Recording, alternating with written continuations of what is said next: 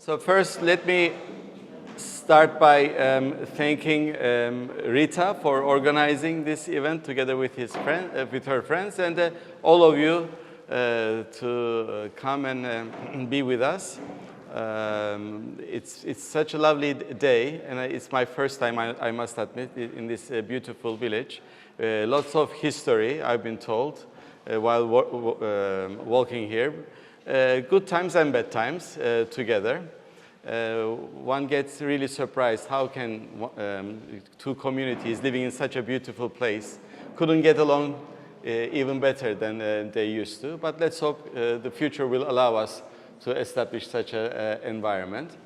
We worked very hard to achieve that goal, both Ioannis and myself. I had the privilege or the misfortune of having first-hand experience of the negotiations. And it was very frustrating when we failed in Crans-Montana, seeing that we were almost there. You could almost touch it. It was there. What was needed was just one final push, an act of political courage, you may say, but it didn't come. It didn't come. And we are where we are right now. Lots of frustrations have been injected into the system, a huge amount of mistrust against each other. So from the point of almost full agreement, we are now worlds apart on totally opposite ends of the spectrum.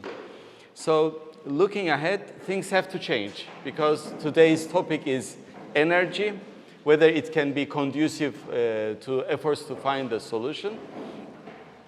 But we have also to ask the question whether energy issue can even worsen the situation. So it can, in my view, act in both directions if we don't handle it properly in the coming period.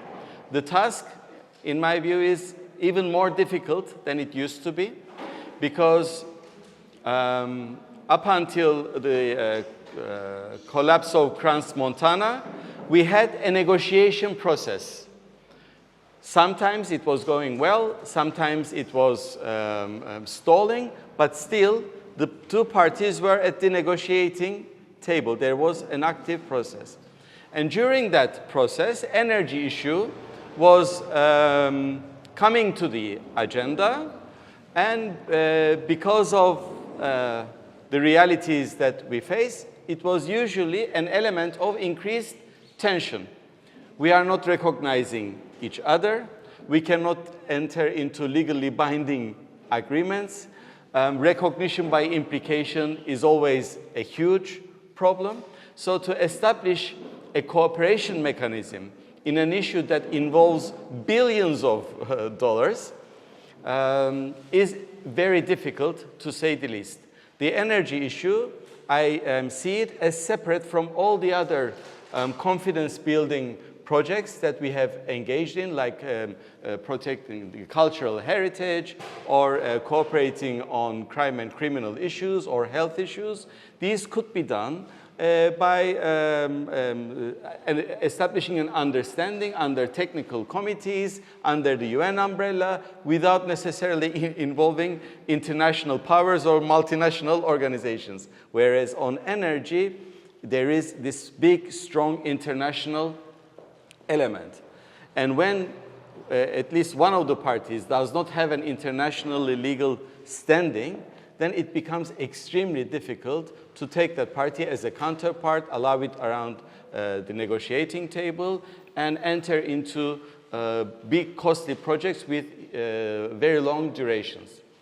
Therefore, in the past, when this tension was building up, usually the default approach was, listen, why don't we slow down this energy endeavors, give peace a chance, give the negotiating process a chance. Let's not do something that can damage it. So if the parties would slow down, then the negotiating table would be revitalized. There were breaks given at the negotiating table because of the energy issues. But then, once they were sorted out, negotiations were resumed.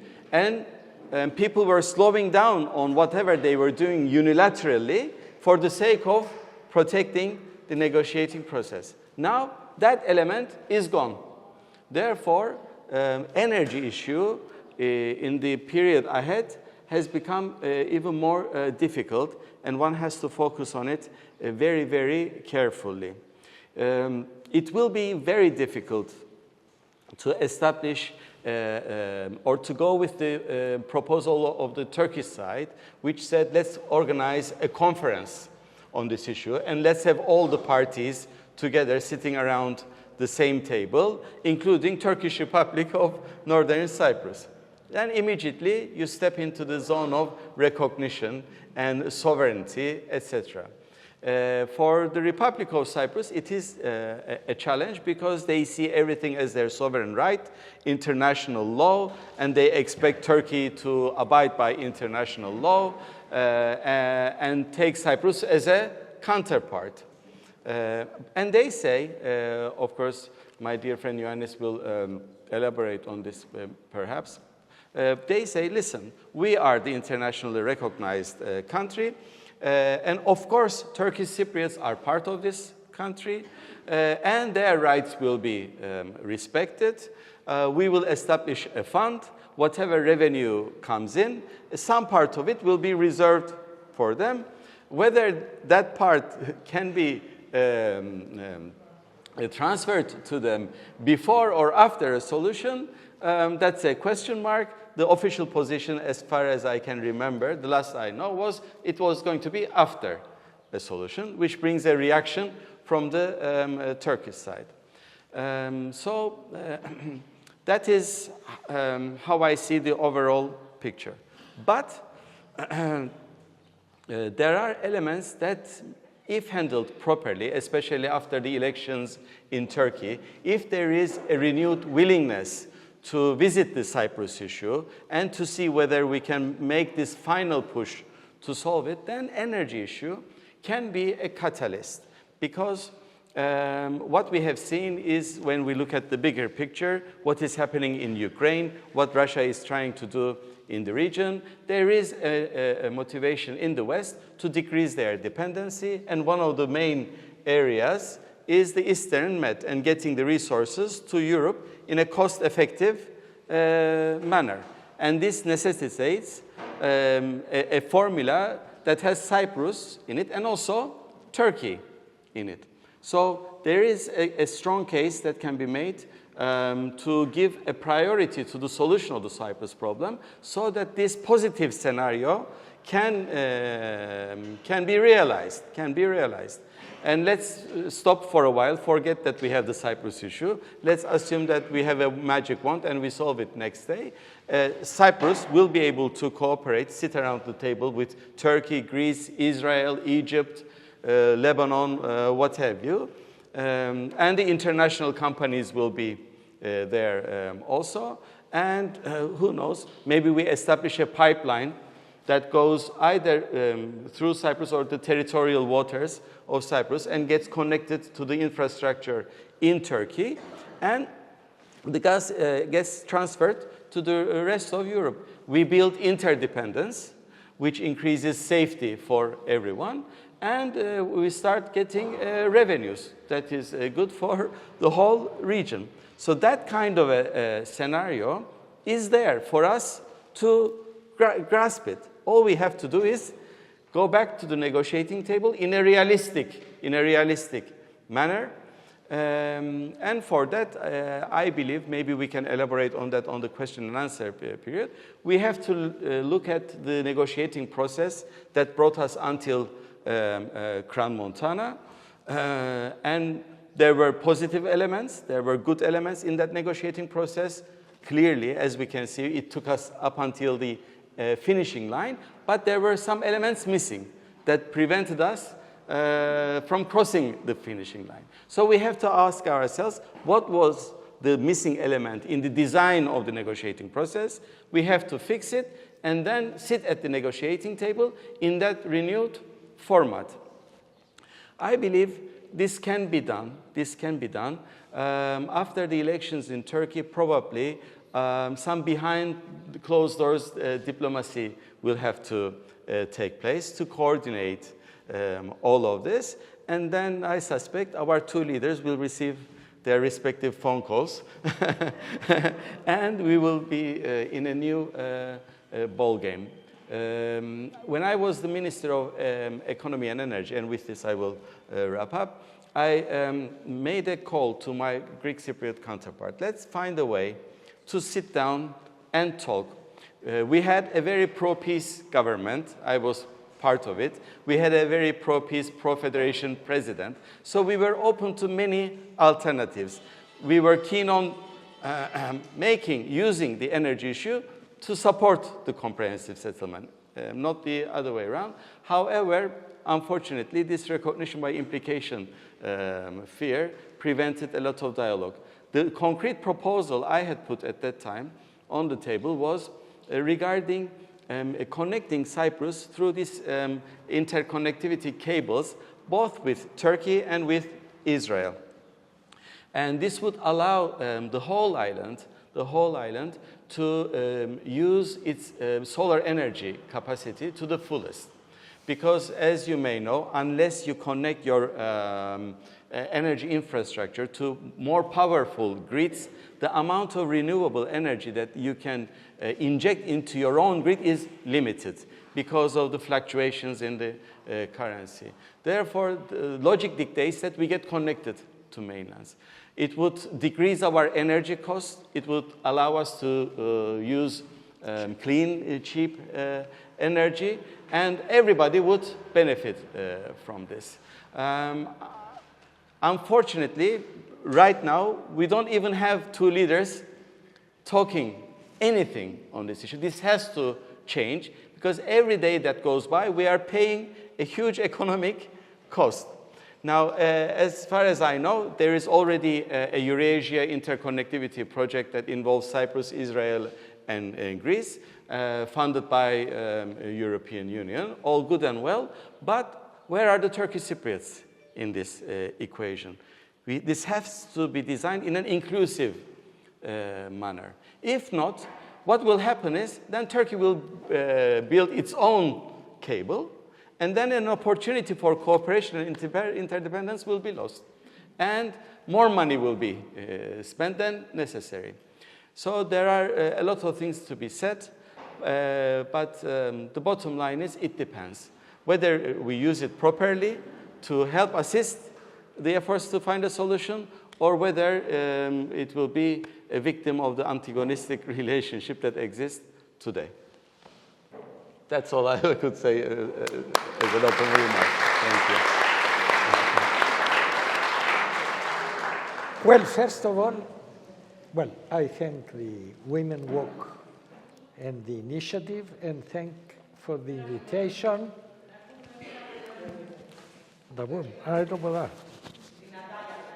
Δυνατά. Δεν τα το έχουμε τούτο.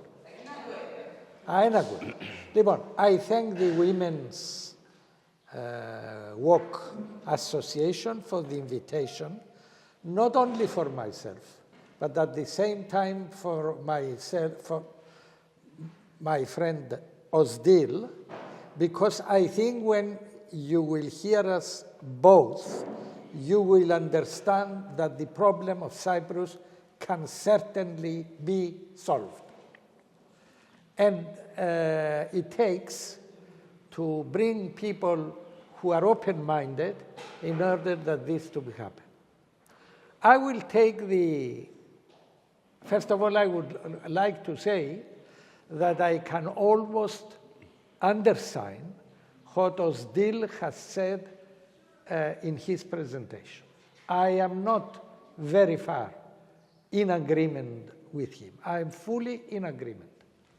Secondly, I want to say that let me take the issue from a different beginning by saying that there are certain issues that have not been part of the negotiations for the solution of the problem in the past, these issues have been summarized by the 6 points of Antonio Guterres.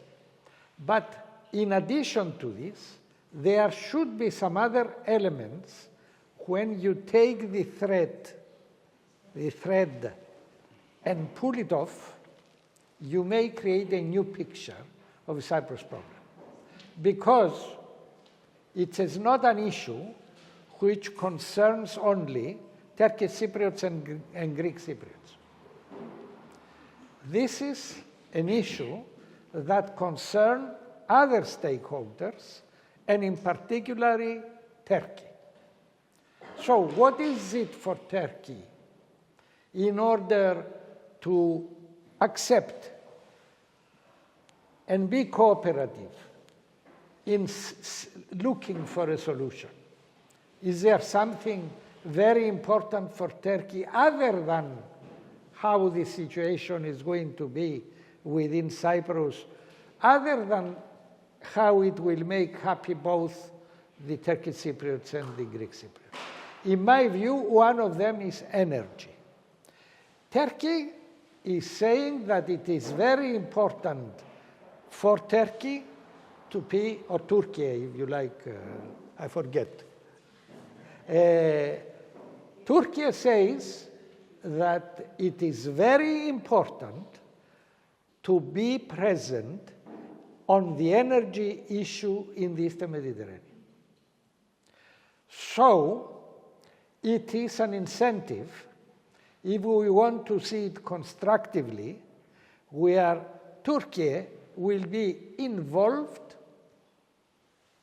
in how we will manage the issue not only of natural gas, but also of the electricity connectors, as Özdil has said. Let me just say, first of all, that it's not enough to say we have made such and such discoveries. These discoveries, A, will not last for a long period of years, and secondly, the fossil fuel is going to end anyhow. Its use will be prohibited, if not by 2030, but certainly up to 2050. So we make too much of it, which is not the reality. But let us say that we need now to find a solution so that Turkey is party to the arrangement for the energy, and at the same time will be an incentive for Turkey in order to work more constructively to the efforts for these two communities to reach an agreement in Cyprus. I do not agree with those who say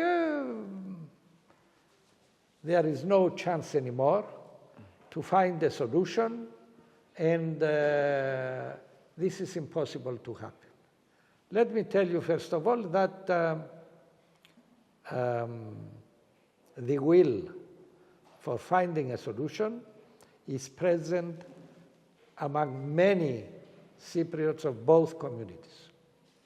I was very much encouraged by the result of the municipal elections in the northern part of Cyprus. Turkish Cypriots have voted, and the way they have voted send us a signal, send us a message about their will that the future of Cyprus should be on the island. The reunification of the island is the only suitable solution for both, and let us not desperate that we will not find a solution. Internal equations have not allowed us to reach at this settlement. Internal political considerations, pending elections, whatever. But I think that the more the time passes by, the more imperative it becomes to reach a solution. A period where there is no solution is a very risky period. Risky from the point of view of peace, risky from the point of view of the relations between Greece and Turkey, risky within our communities, risky for the annexation of the part of Cyprus that can be done by Turkey. I don't think that this is a desire of any Cypriot to be annexed to another country. What unites the Cypriots among them is much more than what may unite the Turkish Cypriots with the mainland Turks. That is my diagnosis, my feeling. So, the question is now, do we resolve the energy issue before or at the solution? Resolving bits and pieces before the solution, in my view, means deferring the solution with all the risks that I have said about the time. Of course, it can be done. Let me remind you that in Lebanon and Israel, they have resolved their issue of their exclusive economic zone, whilst both countries have never ended the state of war between them, and whilst both countries do not recognize each other. But it needed the help of big powers to do the go-between in order to achieve such a huge and important development.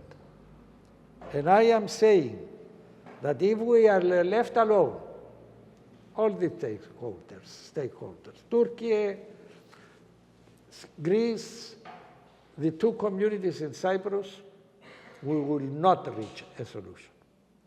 We will reach a solution if some from the international community undertake quiet diplomacy by which they will help all the sides to find the areas where it would be beneficial for them.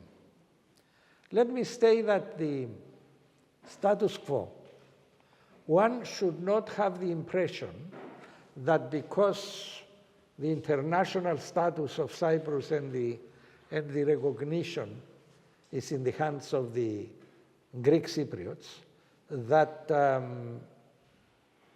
it's in their favor to perpetuate the status quo.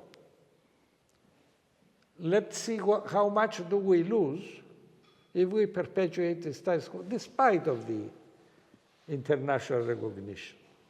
First of all, we lose from all the consequences of the previous situation.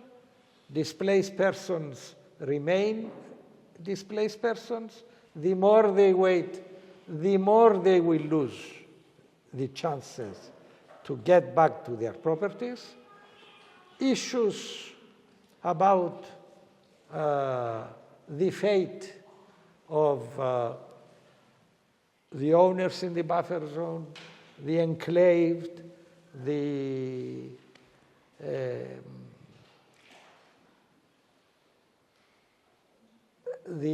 those who have properties within the buffer zone, these issues become more and more difficult to be managed.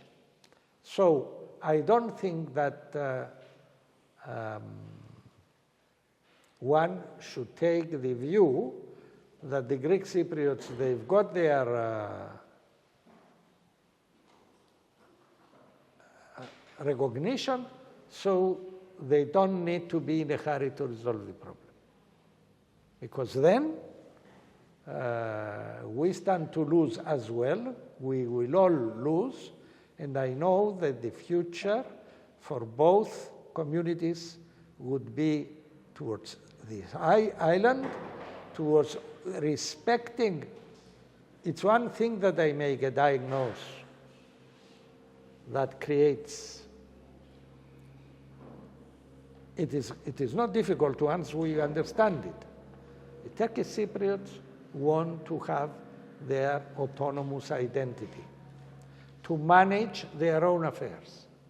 They don't want their own affairs to be influenced by the Greek Cypriots. They don't want their own affairs to be influenced or directed by Turkey. They want to be masters of themselves. If we diagnose this as an essential element of the future prospect for a solution, we will go very rapidly into resolving the problem. I repeat that the new element on the table should be the energy. I am in no disagreement at all if we agree for a cable, electricity cable coming from Turkey to the northern part of Cyprus in order to be distributed to the whole of the island, the same way as the cable that unites Cyprus with Crete, that will be distributed to the whole of the island. Because both will be beneficial for both sides and together.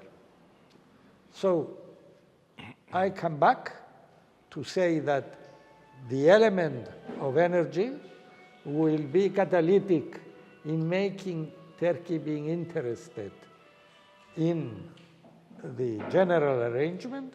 And secondly, I will add here that from the security point of view, if we add a new element, the element of belonging to NATO, according to the developments now with Ukraine, again here, it will be provided that Turkey is in agreement, Greece is in agreement, both communities in Cyprus are in agreement. If this is so, it will allow a further development in the security concerns that will be, again, beneficial for both. So this is, in general, my view. Of course, needs to be worked out, but I think that resolving the energy issue at the table where we resolve the rest of the Cyprus problem will also offer benefits for Turkey, which for Turkey are very important. Thank you.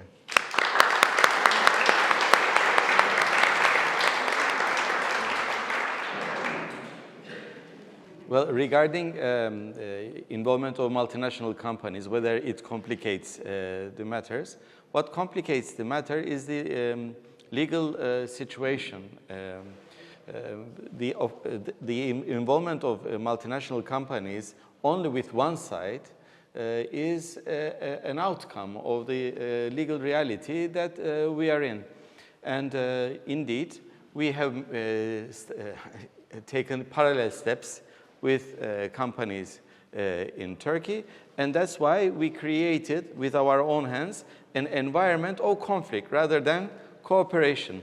And as you well know, some of these areas are even disputed by Turkey. So it's not only a conflict between us and the Greek Cypriot side, but also Turkey is in conflict with the entirety of Cyprus. So as Mr. Kasoulides said, Turkey is an important player, so all calculations have to respect their interests and claims in this region. But how can it be done under the current circumstances? It cannot be done. And that's my point. Unless we reach a comprehensive settlement, it's extremely difficult to envisage a scenario where the problems, like you have mentioned, can be sorted out. Therefore, my hope is in a few months, there will be another window of opportunity where sides will say, listen, Cyprus problem is costing us dearly. Therefore, let's go back and think rationally. Because rationality is now gone out of the window. especially these election processes. One we concluded here in Cyprus, but now in Turkey, and then another one upcoming in Greece. These all fueled very nationalistic sentiment, hardline positions, and rationality is out of the window. Now we have to open all the doors so that it comes back in, and energy issue will be one of the motivating factors because everyone needs it. Turkish economy is in trouble, and the earthquake has worsened the situation. Well, energy issue is not only an economic issue, but a safety issue, which everybody is now becoming more acutely aware. Therefore, these will motivate sensible people to get more involved. Now, yes, unfriendly countries, well, for some friendlies, for some other unfriendly, but a country like Russia, let's be open about it, they don't really have an interest in the unification of Cyprus, in my view. On the contrary. Therefore, in this behind closed door diplomacy, maybe they will not have a very active engagement. They should not be allowed to have an active engagement. In the Security Council, they have a veto power, but they cannot veto our agreement. The thing is, if we agree, everybody will have to respect it. All the UN Security Council resolutions were generated based on the agreement of the two sides to create a federation, to help the sides to create a federation. So whatever we agree, we agree. They cannot veto that one. Yes, very rapidly, on the issue of the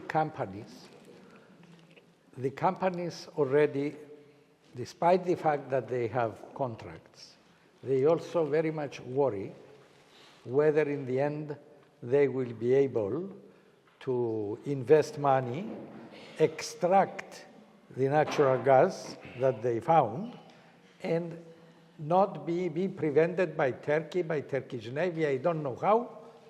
So they would have been the first to be happy to accommodate the contract with the new situation that we may reach. And secondly, I agree that the role of Russia nowadays, being so much preoccupied with the war in Ukraine, is not so important, and it used to be. Yes, it used to be, how shall I say,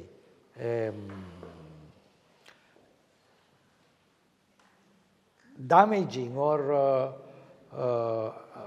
undermining the efforts for a solution because they were allowed to play with certain actors on the ground, not necessarily between either the Greek Cypriot community or the Turkish Cypriot community, but also between political parties within the same community, etc., etc.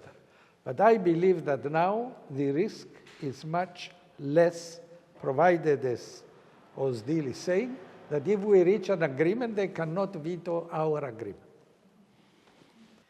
Shall I answer first? Sure, please.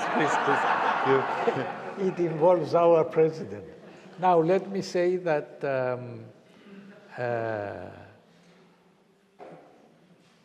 I don't expect, in general, that there should be more involvement of the European Union rather than the usual one. They will exercise their influence according to the willingness in the response that there is in Cyprus. And secondly, I don't think that already there were reactions from the present Turkish Cypriot leader saying that they are suspicious of the European Union. We are members, they are not, you know. In my view, I believe and I agree with Özdil that at the end of the Turkish elections, there is going to be a window of opportunity.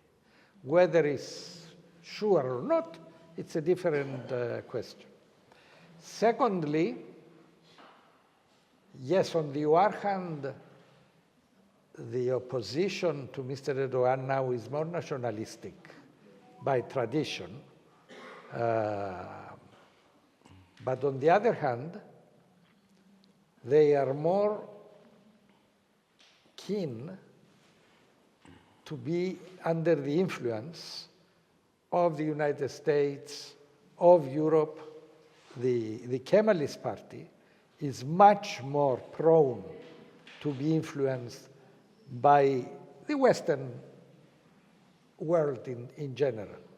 So through this, they can be much more influenced rather than Mr. Erdogan, who is already very strong, who has played a sort of policies within the Muslim world, who has, Mr.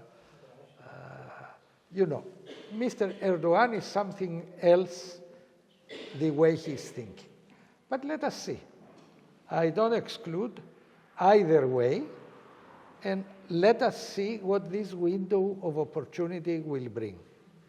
There is one thing, my friends, and I hope that you will remember what I am saying, whether we are Greek Cypriots or Turkish Cypriots. The international, what we say, factor, in which I mean United States, UK, and EU. They will get themselves involved and actively involved in quiet diplomacy, but much more than before, leaving aside the funny stories about Cypriot-led and Cypriot,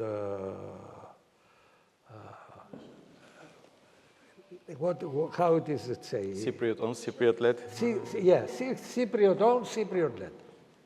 First of all, the issue of Cyprus, interest now for the security, the architecture of security in Europe, much more than what it used to be before.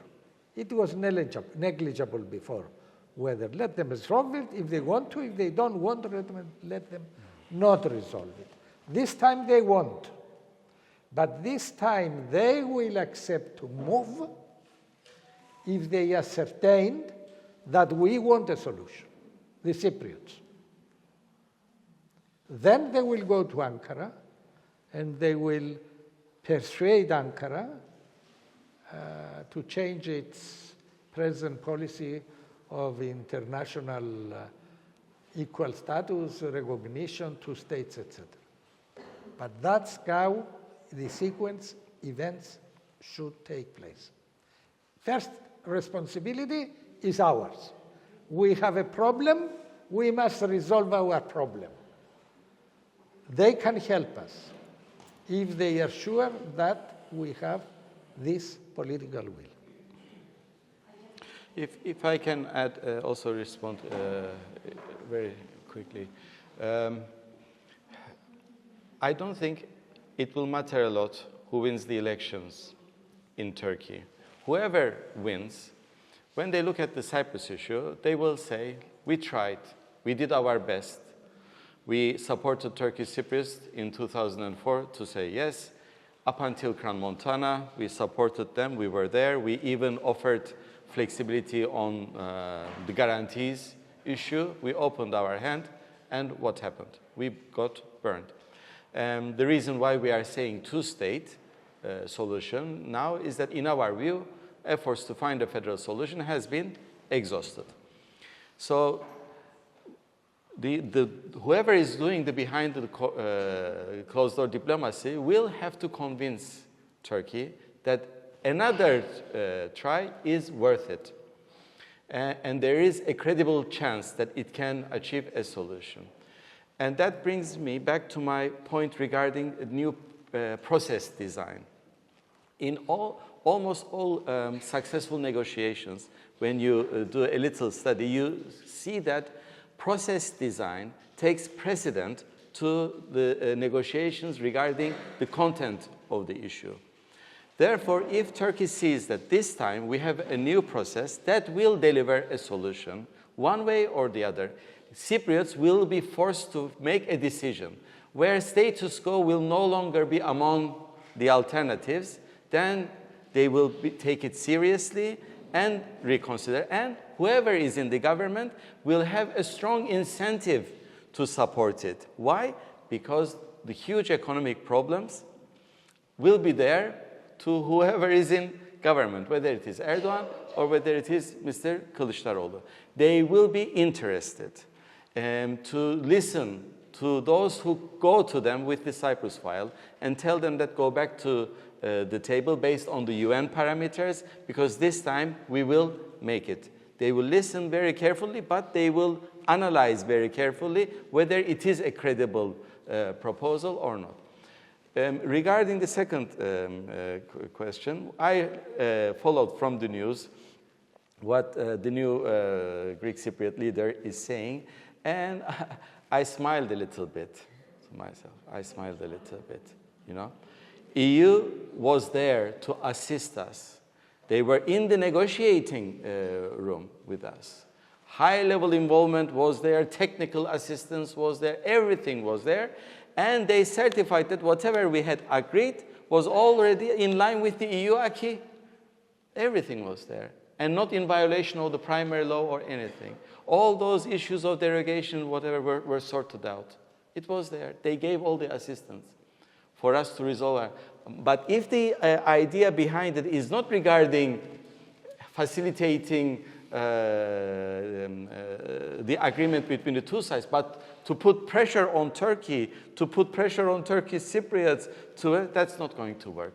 Turkey of today, not only the political parties, but the man on the street, is so detached from the EU ideal. No political party will sacrifice their interest in Cyprus for the sake of opening a few chapters in Turkey's accession path to the European. It's not even an agenda issue. You turn on the television, you listen to news, you listen to debate, the word European Union doesn't even come up. It's not introduced. So therefore, this dream that we will talk to European Union and they will exercise pressure on Turkey, it's a dream. It's not going to happen. What will work is for Turkey to receive visits from credible partners in Europe and further away, to tell Turkey, we have talked with the Greek Cypriots, now we have a new process, and this time you are going to have a clear decision. You will not be left out in the cold. Then we can start seeing movement in the right direction. Personalities don't have leverage on Turkey. It's the strategies, ideas, and the big countries who are in the same league. Personalities are just names who represent those interests. So the idea is, like we discussed, after the Turkish elections, where all we have discussed, including the energy, motivates powers other than us to be seriously interested in helping the solution of the Cyprus problem. The day after we returned from Crans-Montana, and I have to share this with all of you, because I see Mr. Christodoulides repeating this EU aspect. The day we returned, I went into my office. The first letter I had on my desk was from the EU Commission, saying that the work of the EU EU ad hoc committee, which was set up with the agreement of both leaders to help align Turkish Cypriots closer to the European Union, was suspended upon the request of Mr. Christodoulides. So this person now is going forward saying that we have to have more EU involvement in Cyprus. So listen, a new president, a new leader always deserves the benefit of the doubt. Maybe he changed, you see, but I don't carry high hopes, unfortunately. Now, this was the first. And the second is that for the first time, after the agreement of the Green Line regulation, the first time that we finally, and I must assure you, I had to push them contrary to every reaction and, how shall I say, hindrance of the deep state of Cyprus. Let's not talk about the deep state of Turkey, because there is one in Cyprus, and I am a witness about it. And if I sit down and write how many difficulties, how many legalistic issues, and we finally, in the end, we have up to last January 12 processed food items that circulate for the intra-Cyprus trade from the Northern Line, Green Line regulation. And if they continue with this, they will apply it to all processed food items. The second is that we have pushed a lot in the Turkish Cypriots being allowed to open a bank account in the commercial banks in the free areas of the Republic without, sorry, not free areas, in the southern areas. I don't want to speak militantly. and they will be able to open an account without being obliged to show a permanent address that the bank will have access to. And this we have managed. It was a laborious thing. We have worked for months and months until we came to such a point. We began with the Turkish Cypriots who have been employed in the south with the help of the trade unions, SEC. Those, they were able to open accounts to SEC. SEC is the trade union that has been involved, the Greek Cypriot trade union. And they have been able to open an account. Then it's the question of the old money, τα χάρτινα, banknotes, the banknotes. These, there are some very old who are in the central bank in the north and need to come to the south and be exchanged with new ones. Because it's money, it's not for collection of collectors. So we have done as much as we could. And we didn't do it without other results and reciprocity. For 12 months that I was a foreign minister, Turkey didn't send the Navy to harass drillings in the exclusive economic zone. In Famagusta, they didn't do, during that period, any new fait accompli within the fenced area. How did this come about?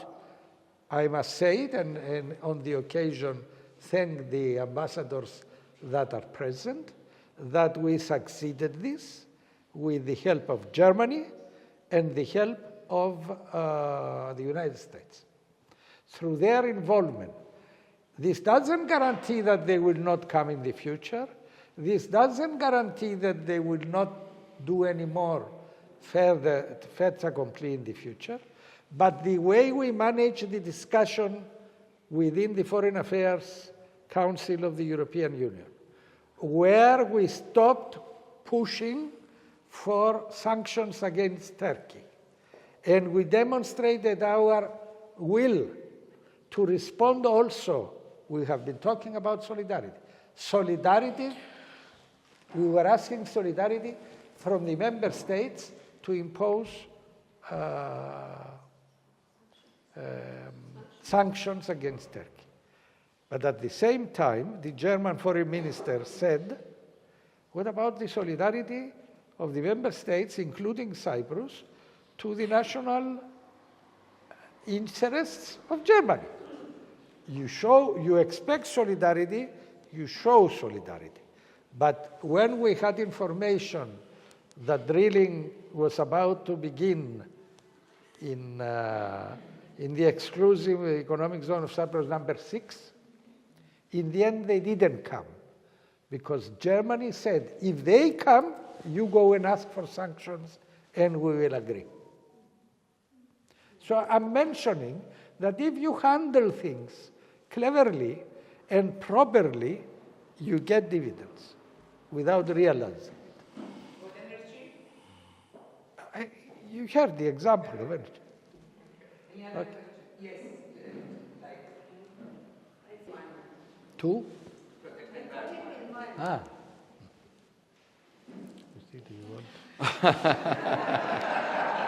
It's, I think the question was directed to you because we are not doing anything. You are. Let me. Well, you can say, in my opinion, you could stop. No, in my opinion, that's the long-term goal. That's the long-term goal. Apparently, as Mr. Ioannis said from the outset of his intervention, this is energy issue. Involves international powers. There is an international demand for this. As long as there is an international demand, something will happen there. So there will be a huge pressure on all politicians on the island to go forward with these projects. But we know that energy issues, if not handled carefully, create a lot of conflict. Look at all our neighbors. We have failed states, collapsed states, and at the root of the problem is this division of energy revenues. So it must be handled very carefully. And the hope is, as I understand it, natural gas apparently is cleaner than fuel, other carbons. Yeah. Still, it's a carbon-based, but it will assist a smooth transition to more use of renewable energy. And apparently Cyprus is one of the rare points on Earth to have the optimal use of solar power. If it is too much, it is not good. If it is too little. So there is a huge potential there. But I think it's a bit unrealistic to say that even if it is there, no one should touch it for the time being, in my view. In my opinion, don't you think that it is a contradicting approach with the policy of EU about on the climate crisis? Like after the crisis in Ukraine, they even started to burn coal. So, it's a balancing act, I think. Well, yes. First of all, the general understanding all over the world is that we are going through a green transition period by which mazout, etc., will stop almost in a few years, and natural gas up to the end of the decade.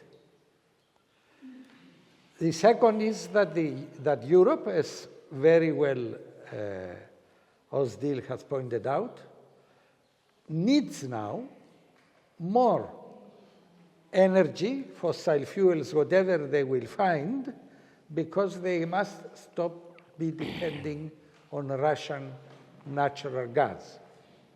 And now the prospect of getting in the medium term natural gas from Cyprus, Israel and Egypt, I remind you the agreement of the President of the Commission when she made an agreement between the member states, Egypt and Israel, in order to get exactly natural gas that they are in need.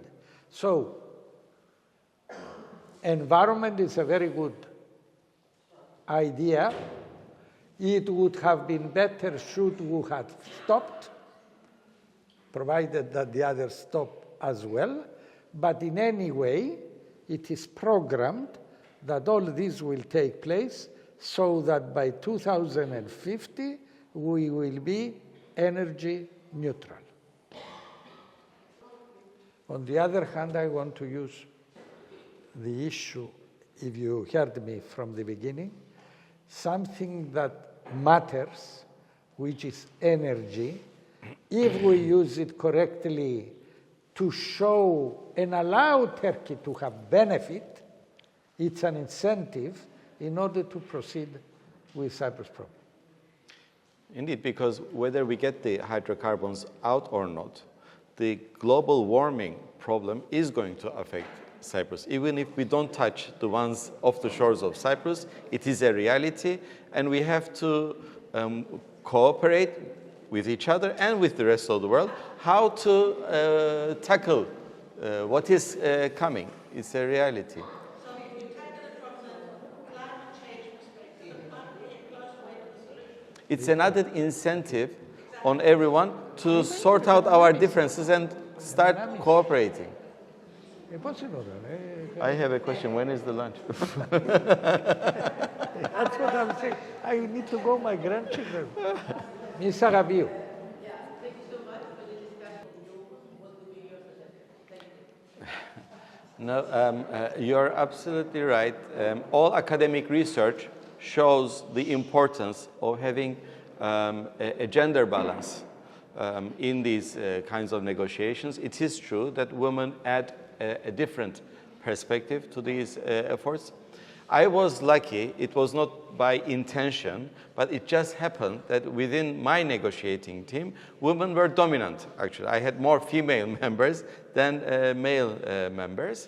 But in the upcoming process, whether they will make an official attempt to achieve that gender balance will be up to them. It would be advisable if somebody asked my opinion. I would encourage them to do it that way. Yeah, I agree. There's nothing more to say. But I want to say something. I agree, and I know I respect women very much, and I trust that they do even better job than men. But let me just for the atmosphere, to remind that some wars, recent wars, were made by women as prime ministers. If it is Mrs. Thatcher in the Las Malvinas Islands, even if it's Mrs. Gandhi, Indira Gandhi with Pakistan, and others. So let us not generalize that men are more belligerent than women, because they are both the same. Good. Okay. Thank you very much.